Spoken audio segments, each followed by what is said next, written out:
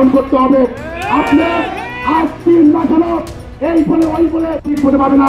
আপনার সেবার জন্য আপনি উপস্থিত সাংবাদিক ভাইরা আমাদের কথা সাহেবকে ওনার বক্তব্য রাখবেন। মানববন্ধন রয়েছে সম্মানিত প্যানেল চেয়ারম্যান সহ